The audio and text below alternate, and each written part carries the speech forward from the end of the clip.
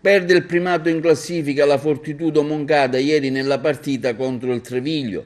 È la prima sconfitta della stagione per il coach Franco Ciani. La Fortitudo non riesce a superare il Forte Treviglio che, preciso nei tiri a canestro, capitalizza punti. Così la partita vede il primo quarto aggiudicato al Treviglio, finendo per 14-19. Anche il secondo quarto per un punto vince il Treviglio, nel terzo il Treviglio si porta avanti concludendo per 61-73, fino ad arrivare all'ultimo quarto molto combattuto.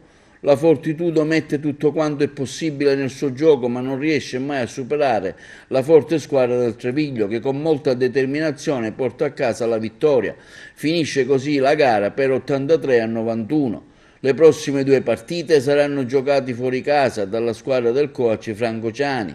C'è da dire che all'inizio della gara, dopo l'inno nazionale, un minuto di silenzio è stato osservato dai presenti in memoria delle vittime morte per la recente alluvione. 22 punti realizzati per la Fortitudo da Marco Evangelisti, a seguire 16 di Simone, Pepe e 12 di Cannon. Oggi abbiamo trovato degli avversari che sono stati più bravi di noi, più precisi, più intensi, più aggressivi.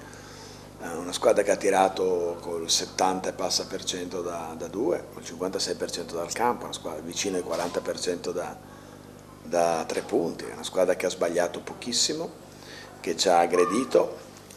D'altronde i segnali che questa squadra fosse in ripresa col rientro di Roberts, di Frassinetti e adesso, che è la novità della settimana, con l'inserimento di Nikolic, si erano avvertiti già la scorsa partita quando hanno trattato anche male, hanno proprio battuto nettamente la Leonis, quindi questa era una partita delicatissima, la più difficile di questo primo periodo che abbiamo avuto e ovviamente l'abbiamo interpretata non al 100%. Abbiamo fatto tutti qualcosina di buono, abbiamo segnato 91 punti in trasferta, finalmente con una percentuale al tiro da 3 confortante, e sono convinto che questo dipenda dal fatto che finalmente abbiamo giocato anche con un'identità tecnica un po' più precisa, visto che è la prima partita che giochiamo sostanzialmente al completo, con i 2 stranieri che stanno bene e con tutti disponibili, anche Frassinetti che oggi ha dato un grande contributo,